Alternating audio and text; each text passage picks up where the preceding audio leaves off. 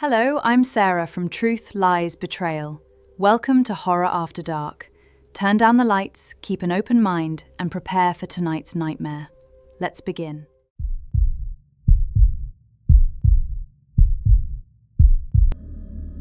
A car entered the wash bay at 3:17 a.m. The camera showed no driver inside.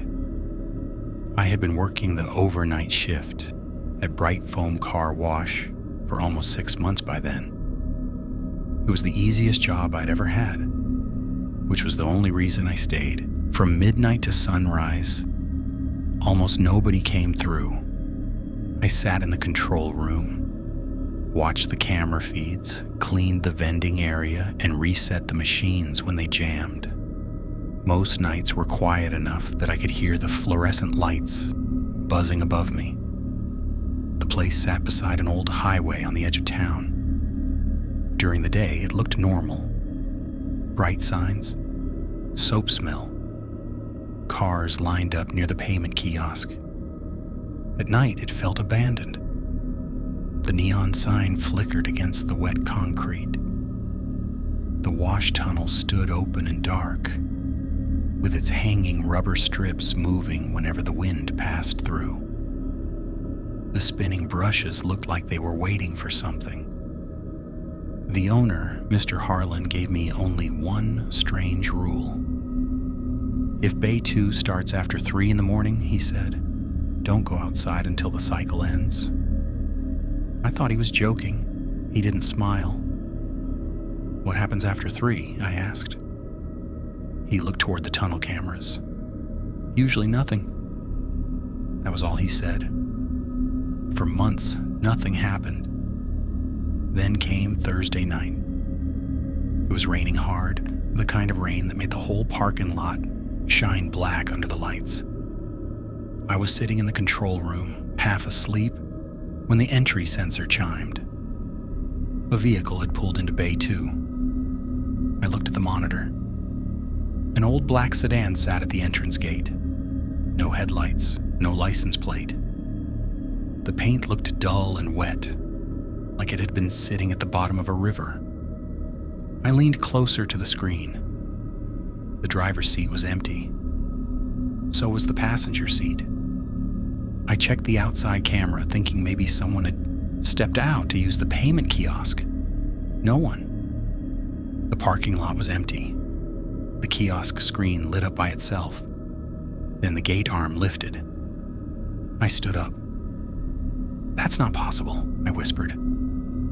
The sedan rolled forward without a sound.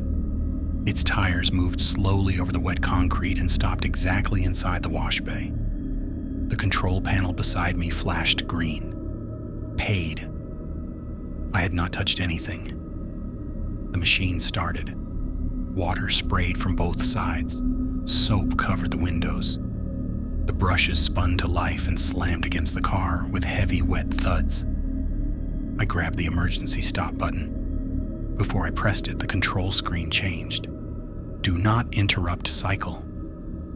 The words stayed there for 3 seconds, then vanished. I backed away from the panel. The wash finished 4 minutes later. The dryers roared. Steam filled the tunnel. When it cleared, the black sedan was still there, dirtier than before. Then something moved inside. A small, wet hand pressed against the inside of the windshield. I stared at the windshield.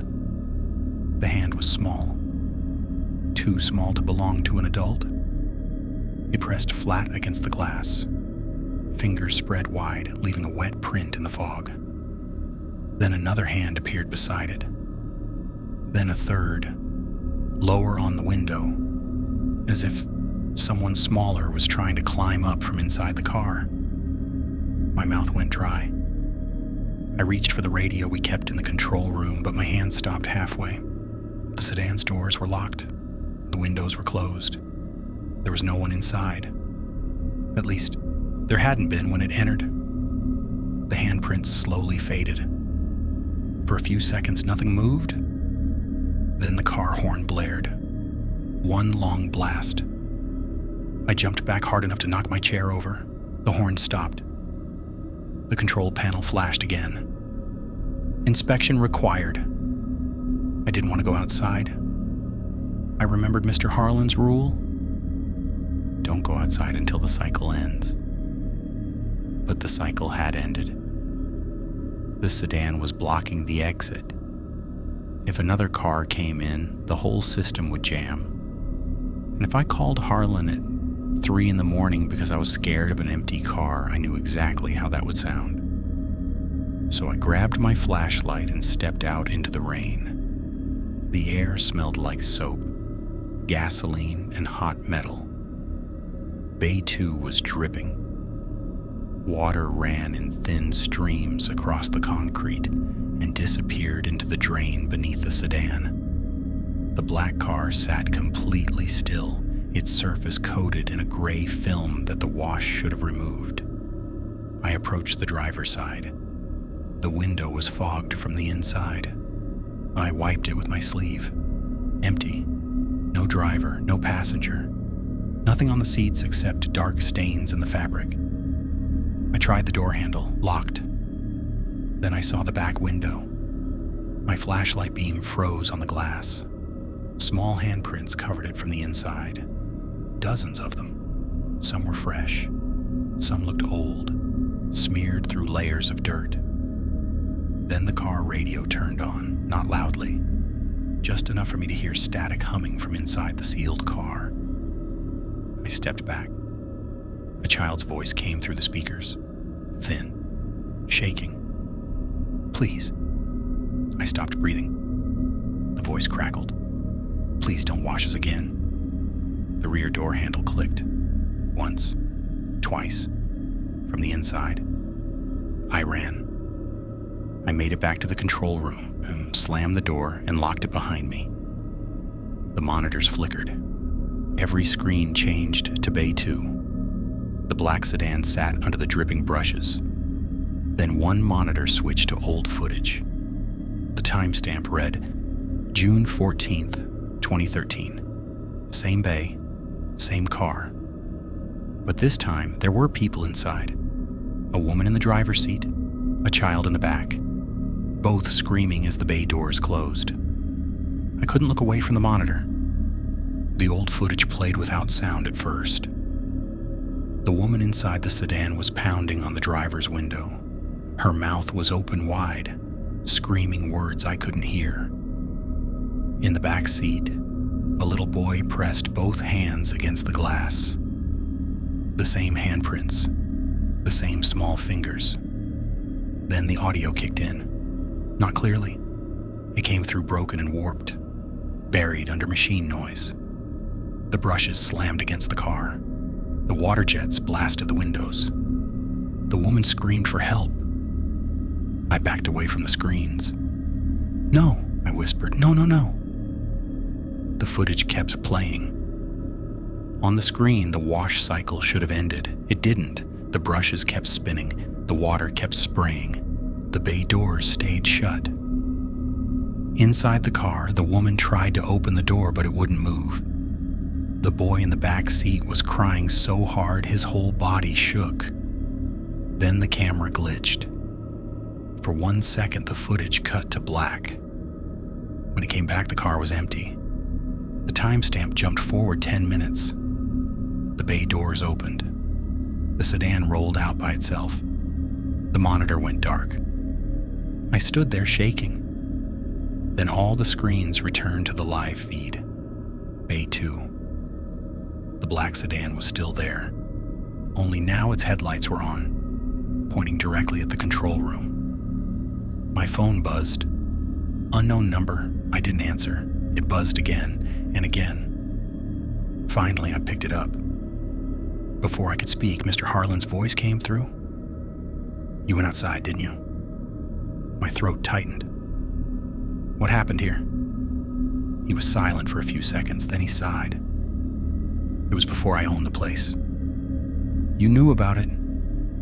I knew enough. The lights in the control room flickered. On the monitor, the sedan's windshield began to fog again. Harlan's voice dropped. Listen to me carefully. Do not shut off the power. Do not open the bay doors, and whatever you hear, do not answer anyone calling from inside that car. A soft knock came from the control room window. I turned slowly. No one was outside, just rain running down the glass. Then came another knock, this time from the monitor speaker. The child's voice whispered, "Mister?" I stepped back. The control panel lit up red. Rewash required. The tunnel doors began closing. I looked at the live feed. The sedan was moving backward, not rolling. Being pulled. The wash machine was dragging it into position again. Inside the back seat, shadows shifted. Small hands pressed against every window. Then something appeared on the printer beside the control panel. A receipt slid out slowly. I tore it off with shaking hands. At the bottom, under customer name, it said, "My full name." Under service type, it said, "Final rinse." I stared at the receipt until the words blurred. "Final rinse." My name was printed beneath it. The control room lights went out. Only the red glow from the panel remained. Bay 2 started again. Water exploded from the side jets. The brushes spun faster than I'd ever seen them move. The whole tunnel shook like something alive was waking up inside it. The black sedan sat in the middle of the bay. Its windows were completely fogged now. From inside, small hands kept slapping against the glass. Not one child, several. Then the driver's window slowly cleared. A woman sat behind the wheel.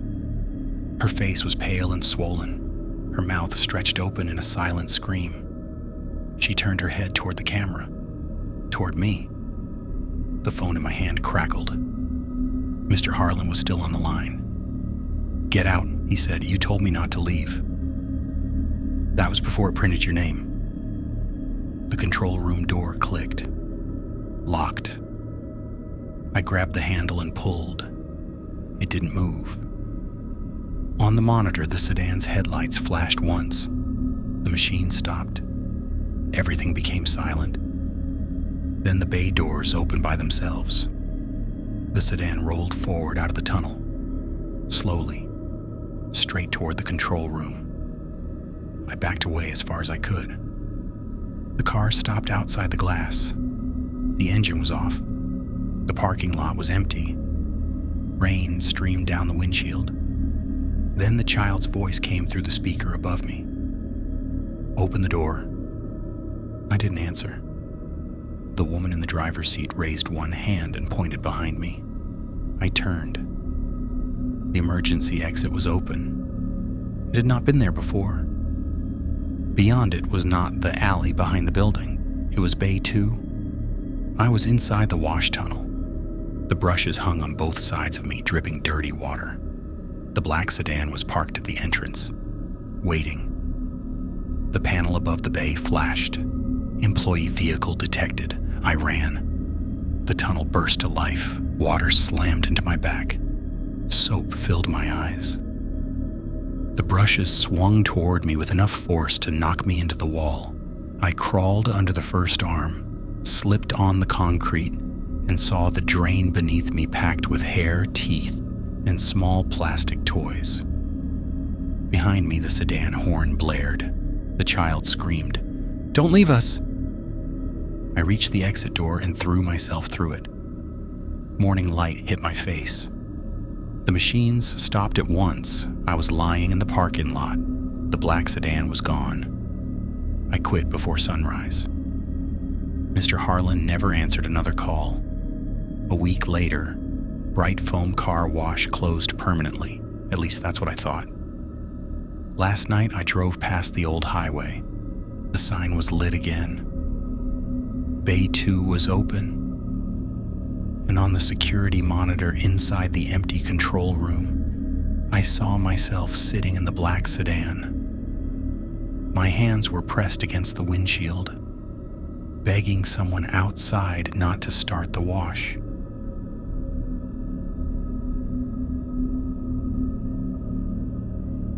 Hi, it's me, Sarah. The story may be over, but some nightmares never truly end. If you enjoyed tonight's episode, please like, subscribe, and turn on notifications to join us for more terrifying stories here on Horror After Dark. And remember, sometimes the things that scare us most aren't hiding in the dark. They're already inside the house. Good night, and sleep carefully.